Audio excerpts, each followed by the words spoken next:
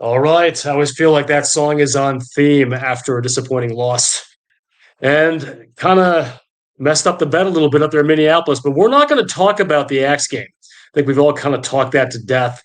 Today's episode, and we're going to welcome a couple of Scary Alvarez podcast favorites. We got Connor, we got Rowan, Bucky's fifth quarter, all kinds of other stuff that Connor does.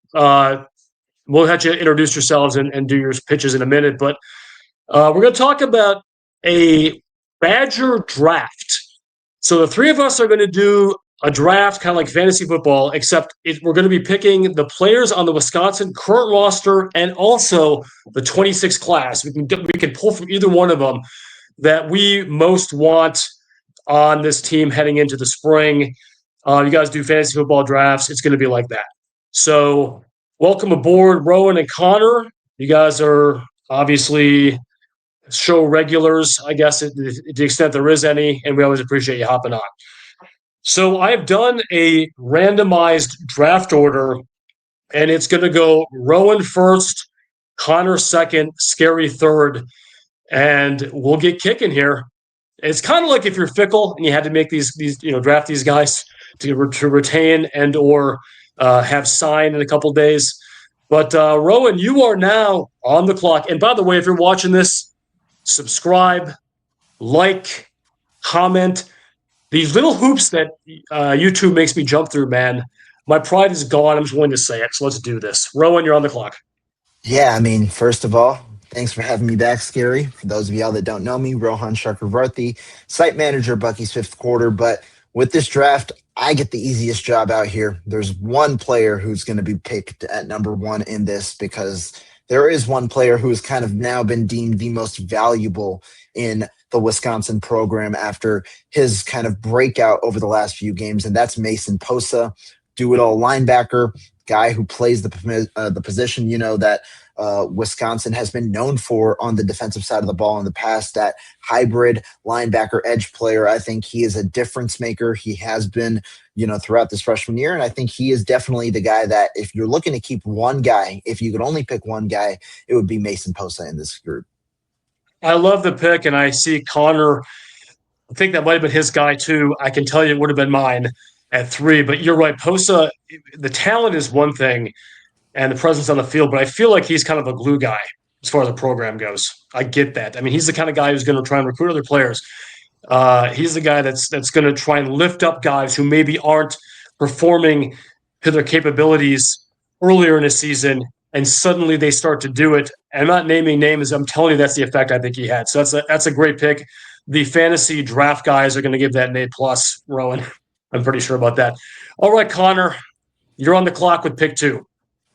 Yeah, thanks again for having me back, Scary. And I don't Good know to have you. I don't know if this pick is crazy, surprising as well, but I'm going to take Mason Posa's counterpart on the defense, Cooper Catalano, freshman linebacker from Richfield, Wisconsin. I like his blend of passion for the program as an in-state kid, and also a lot of what he's shown on the defensive side of the ball last couple weeks in tandem with Mason Posa, as well as on his own as a really, really, really talented middle / interior linebacker. I love that pick too, and knowing for sure that Rowan won't be able to pair Posa with Catalano on his fantasy team, that would have been a difficult tandem to take. My number 2 pick just dropped to me, and I think in some ways this is as much about talent as it is about the message you're sending to the program. I'm going to take Amari Latimer. People have this, I think, perception that running backs are interchangeable. Certainly at the NFL level, people think that. I think there's something about grabbing a super talented 4-star running back that has offers from everywhere across the globe, it seems like, who has stuck with your program through thick and thin. I suspect he's going to be. He's not known as being a kind of a loud, boisterous guy, but he's going to be the kind of guy. If you see him in your locker room, you feel better about yourself and your team just knowing he's there. It sends a message. So Amari Latimer goes number 3, and we are going back on the number 4 overall pick to Rowan. Yeah. Oh, okay. Back to me. We're not doing snake. We're just going to do 1, 2, because that's how real drafts work, guys. That's how real drafts work. You don't get to the end of the first round of the NFL draft, and then the number 30 pick, Super Bowl, 32 pick, Super Bowl champion gets to pick again as the first pick of the second round. We're not going to do that. So I guess that'd be me. So Rowan, you're going to go, and then we're going to go Connor and then Scary again. Perfect. So Connor takes Cooper Catalano. You take Mari Latimer. Funny enough, my number 2 guy on my board is still available. It's one who plays a premium position, one that would cost a lot of money if you were to go spend outside, and that's Kevin Haywood, left tackle. I think you have to shore up the most important position, or a top 3 position on the field, and you have to get a talented player at that too. Wisconsin was confident enough that he could be in the 2 deep as a true freshman, confident that he could start as a true sophomore. And I think that Kevin Haywood, he's a guy who they absolutely, if you were to pick in this kind of range, absolutely has to be a must keep. He would be my number 2 guy behind Posa if we were kind of ranking here. Love that pick. And that'd be another A pick. If he was on the board after Connor picked, Haywood would have been my guy. But you're right. I mean, it's has been the topic of discussion, but certainly offensive line play or the lack thereof has been a huge theme of the 2025 Badgers. And I know that's a big issue. When we have the show about coaches on the hot seat, I'll tip my hand here. I think certainly offensive line coach is in the discussion there. So apropos of nothing, but getting Haywood in there, and he's another program guy, guys. I mean, Connor, I'm sure you've noticed this as well. He's a Badger through and through, and it's going to be great to have him back on the blind side next year. Yeah, so you definitely stole my pick, Rohan. That was who I was really hoping I could steal in the second round, but I digress. I'm gonna have to audible a bit here, but I think my next pick is going to be Eugene Hilton. I really think having a strong and young receiving core is important for a team that's trying to modernize the offense while also staying true to its Wisconsin smash mouth roots. And I think Eugene Hilton, in small sample sizes this year, has impressed as a pass catcher. And I think with more improved quarterback play and maybe better offensive schemes with more talent around him, that he could be a real playmaker for the Badgers going forward. I love it. You stole my pick. It's kind of like Rowan takes yours, you take mine. Hopefully, I'm going to take Rowan's next one. I don't think I am though. But yeah, you're right, Hilton, and certainly, the reliability of fan posts and message boards right now is not great. This is kind of silly season. Certainly, there's been some smoke with the Hilton transfer the last few days, but nothing definitive. And he's a guy that I think, I don't know this for sure, but I suspect that Luke Fickell's crew is doing everything in their power to lock him down, whether that means assurances of playing time, whether that means NIL. He would be a big loss. But the thing about Hilton I loved is not just obviously his pass catching totals, because that was not going to wow anyone. It's just watching him on the sidelines, watching him when he's going into huddles and trying to pick guys up. He's the guy that's faking a pass downfield who allowed Darian Dupree to go to the house against Illinois. Love the pick, love the player. He's a culture guy, and I really hope we hang on to him. So that's another A pick, Connor. I mean, you get a lot of A picks in the first couple of rounds, but I'm going to swing back. And this one is less about, in fact, probably not at all about the field in 2026. So this is a little bit off the board. But mine is going to be Ryan Hopkins. And I mean that in the sense of you have this really good quarterback who's proven he can do it, at least at the highest high school level out there at modern day. It means something to hang on to that guy in a quarterback room that is going to be in total flux. I think it's a very slim chance Hopkins plays in 26, but I do think it's another message sending guy to hold on to. And if you lose the quarterback centerpiece of your 26 class right before signing day or after signing day, I don't think that's going to happen. It sends messages up and down the line. So Ryan Hopkins of modern day high school. It's kind of like the MLB baseball draft. You guys are taking the college players, and I'm taking the high school players. That's fine. There's no wrong way of doing it. But anyway, the number 6 pick in our draft is going to Ryan Hopkins of modern day high school quarterback. We're flipping back to Rowan for pick number 7. Yeah, I think that's a really interesting pick, and I think that is interesting because of the player that I am going to pick. It is not Ryan Hopkins. It is actually the other quarterback, Carter Smith. I actually value Carter Smith a little more than Ryan Hopkins. a little bit, actually, quite a bit more, just because I've seen a little bit of Hopkins. I don't think he's going to be ready to play early. And I think Carter Smith has a higher chance of playing earlier at Wisconsin if he were to stay, obviously, throughout the course of his career than Hopkins would, just because of the play style and also just because he's already had a year under his belt. And we've seen the potential of what Carter Smith can have. I question both of the arm talents, but I do think, both have something to be desired. I just think Smith is a better fit when it comes to the dual threat capabilities at quarterback that Jeff Grimes wants at his offensive coordinator position. And to me, it's similar to what you said, Scary. It's not about necessarily, the player playing in 2026, because if Smith does return, I don't expect him to be the starting quarterback. I've been pretty steadfast with that over the last, couple of weeks. But if Smith does return, it sets the precedent that you can keep quarterback talent here at Wisconsin. You have the message that quarterbacks, there is something that you are willing to build. It's not portal only. You're able to keep some of these high school recruits, but you also understand that, you're getting a player to buy in. You're getting a player to buy into a developmental program, and I think that would be valuable for him to be back. So I'm going to go with Carter Smith here. I like the pick a lot, and I guess I need to clarify, if anyone's wondering why I let him drop, it's probably as much about me having concerns about him sticking around and some of the stuff that I don't have any insight. I'm just saying some of the stuff that I saw in that Minnesota game that just makes me wonder. I know it was game sensitive, but if this is a guy you think can be your future, I know he's a true freshman and there's been issues. He threw it 20 feet over Kukahuna's head. I get all that, but just seeing Hunter Simmons playing in that game in the whole second half, I can't get past that. When the message that sends to me, if I'm the kid's dad, that's a very difficult conversation I'm having with them. But anyway, that's a good pick. Connor, who you got? Yeah, pick number 8, by the way. We're the pick number 8.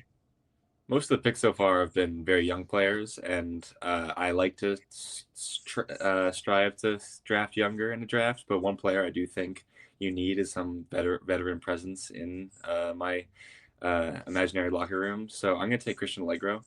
I really like what he's brought on the defensive side of the ball the last couple of years through some ups and downs for the Badgers, and I think he pairs really well with Cooper Catalano. And it's important to have that linebacker core set in this, once again, hypothetical team that we're drafting here. So I'm going to take Allegro as my veteran presence and another good player on the defensive end. That's a great pick.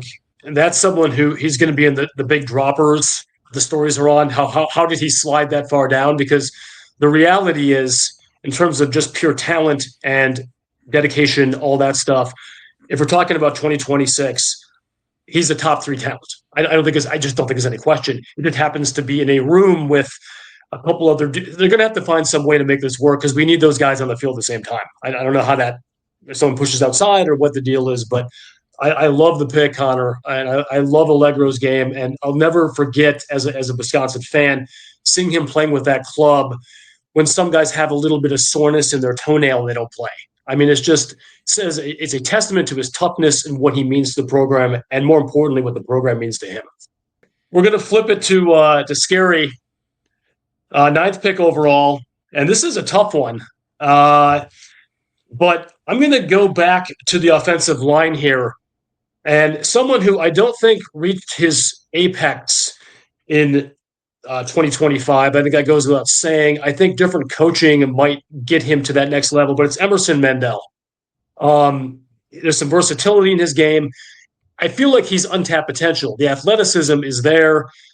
I think really the feel for the game is there. I don't think his potential has been even remotely tapped. And I think that's a guy who could be an anchor for the next 3 years for your offensive line. He's not obviously as young as some of these other guys, but I like the cut of his jib. And Emerson Mandel goes number 9 to Scary Alvarez. Back to anyone got thoughts on that? Yeah, it's actually interesting. I guess I'll parlay it kind of into mine because Connor baited me with him talking about veteran presence. You baited me talking about offensive line. And to me, actually, a guy who I've had really high on my board, I understand why he might not have been picked because there are NFL aspirations here. He if the opportunity is there, I do expect him to go. But I think probably a top 5 player to retain this year would be Joe Brunner. I think Luke Fickell and his staff should do anything they can to retain him just because you have so much movement probably on that offensive line. Riley Mahlman's gone, Jake Renfro's gone. You're going to either have to revamp that group from the transfer portal or you're going to go with a really young group in 2026. And I don't know that either is the most not necessarily logical, but just suitable solution when you already considered this year with the amount of turnover you had game by game with injuries and issues, where you're seeing different players come in. I do think continuity on the offensive line is important. I also don't know if Joe Brunner has reached his full potential. 2024, he played injured at the end of the year. 25, a solid year, but I think he still could be better. And I think that he is a guy who Wisconsin should absolutely keep back. Gary, you were mentioning some of those top 3 guys. I think Brunner, in terms of just pure what he can do in 2026 for this team, would be a top 5 guy for sure on this team, alongside some of the other guys that we've mentioned. Yeah, I love the pick, and again, you're taking the super senior outfielder out of Tennessee in the baseball draft, but it's a good pick. I mean, I love it, and I wonder if maybe you didn't take Connor's. Connor, you're a tough book to read. You got kind of that game face where you're not quite sure what you're thinking there. You got your hats in the background, but without revealing who to give Rohan plaudits, without revealing who you were going to take in that pick slot, who do you got for the number 11 overall pick? Yeah, so I'm sorry, we're 11. Yeah, it's number 11 now. We're up to 11. Yep. I'm sticking with the offensive line streak we have going on right now, but I'm not going as much for experience as potential. So my next pick is Hardy Watts. I really, really like his potential. And out of high school, he was #1 player in the state of Massachusetts. He had offers from programs like Tennessee, Georgia, Clemson, Alabama, and Michigan. And I think that his potential was clear in high school. And I think after maybe just this next off season, getting a little more development under his belt, I think he could be a clear quality piece for the Badgers going forward as someone that is a bigger body and I think really is bought into the image of Wisconsin football and what the identity wants to be offensively. Love it. That's well reasoned. That's going to get a good grade from the draft pundits. And by the way, I want to say before I launch into what's going to be the last pick, and then we're going to have some honorable mentions. I'll speak for myself. I can't speak for Rowan or Connor. There are some guys that might have factored a little higher that I just, in my own analysis, think they're gone. So I'm not going to name names, but I just wanted to throw that in case I know those players are watching and they're like, "Oh, you didn't pick me, Scary." I know they're deeply invested in my podcast, these Wisconsin Badgers, but that's probably why. So anyway, the last pick of the draft, and I was between Grant Dean and Gideon Atuka for this pick. I saw enough of Atuka in that audition he had that lets me know that's a dude I want toting the rock in my backfield. He may not be the starter behind Latimer, but he's just a gamer. Love it. And Grant Dean at a position of need, he's shown some flashes. I think I'm going to take Atuka here with Dean as my 1B. I just love that. I got a big running back. I'm a skill position drafter in this draft, story lineman. But that's going to wrap up this draft. You guys have any thoughts on the Atuka Dean, flip flop there? Yeah, I definitely think when you I love the pull of Dean. I don't know if he necessarily makes it in the top 12, but you are right. Safety is an underrated need. Zachman's gone. Didn't necessarily have the year we wanted from Austin Brown. And when you look at what Mike Tressel wants in his defense, you've seen it at all 3 levels, specifically on that, the back 7. He wants athleticism. I mean, the reason that these linebackers have really thrived, Posa is a great athlete and able to do a lot of different things. You see some of the guys as well. You want physical guys. Dean was a hitter in high school, but you also want athleticism, and Dean was a flyer in high school. I think he might be one of those guys that still you expect something maybe from the transfer portal, but he might be one of those guys that tries to compete for some of those reps in that safety room next year early on. Definitely like that kind of like as an underrated move for sure. Love it. So we're going to go around the horn here again with the 2 honorable mentions for each of you guys who you might try to sign as UDFAs after this draft. I'm going to start with Connor. Just give me your two guys, and it can be Dean if you want to be. I'm going to tell you that's going to be my guy. But someone I'll just say it. It's going to be Dean and Bob, the defensive tackle in the 26 class. Those are my. I guess I'll go first. I put the head of the guys I was waiting for, but it's going to be Dean and Ba, and just because we all know defensive tackle is such an important position, and he has such his ceiling is so high. There's going to be a lot of coaching, but his ceiling is high. So those are my two dudes. Connor, who are your two honorable mention UDFAs? My two honorable mentions would be Jalen Williams, freshman Jalen Williams, and tight end Grant Steck. I like both the versatility both those players bring. I think Steck, for one, has brought a lot of, or shown a lot of offensive promise this year. He had a big catch in the Miami Ohio game, and I think he's made small improvements over the year to become more of a playmaker and may be the next tight end guy after Lance Mason graduates. And as for Jalen Williams, I think linebackers coach Matt Mitchell's done an excellent job with some of the linebackers in this room. And I think Jalen Williams has the potential to be one of those next playmakers. As you've seen that Daryl Peterson made those jumps. Mason Riger had a really underrated season for the Badgers. So I think those two are two players that would be key depth pieces or guys that could eventually be elevated to key defensive players on for the Badgers. Very, very good picks and well reasoned. Okay, Rowan, to kind of play us off here today, we're not going to call them Mr. Relevance because there are many people who are much more relevant by virtue of the fact we didn't name them. Everyone's relevant. Everyone matters. Love you guys. Who you got? Yeah, I actually have two players that sneaked into the bottom of my top 12, two guys that I would have taken. First one is Dylan Jones. No, you mentioned Gideon Ituka. No, you also drafted Amari Latimer.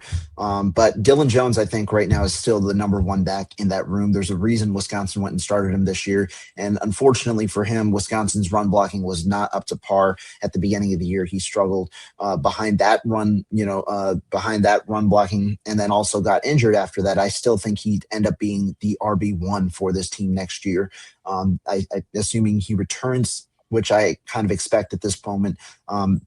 This is a run first team. You're going to need to help whichever portal quarterback that you end up going after. And I think that Jones is going to lead that charge. And then the second guy, I like pass rush. I like young pass rushers. And when I see traits, I think that definitely can develop as people get into their frame. Nick Clayton has the get off. I think Nick Clayton, when it comes to just pure speed off the edge, he provides that. You might call him a one trick pony, but that's where the development comes in. How big can he get? Because he's already grown. I think he came in at 212. I think he was playing this year maybe around 230 or 235 or 238 or something like that. So he's already grown. I want to see what another year can be of him. But really, that's like if you have a 4-year plan or a 3-4-year plan, I think he's a guy who can get after the pass rusher. And I think that that's going to be really important on a team that's going to lose quite a few players up front. I think he's a guy who definitely would be a priority for me if I were picking on this staff.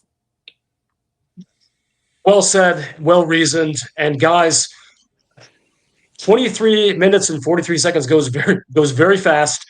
I want to thank both of you for doing this draft. We're going to have a lot of stuff happening, and obviously the caveat to anyone listening to this is, as of this moment right now, every one of those players is still in the program. So I think it's going to be a silly season here coming up, but that's our best hope. And Rowan, Connor, as always, thank you so much for your insight. I really appreciate it. And strap in, guys. It's going to be a wild ride. Perfect. Thank you. Appreciate it, Scary.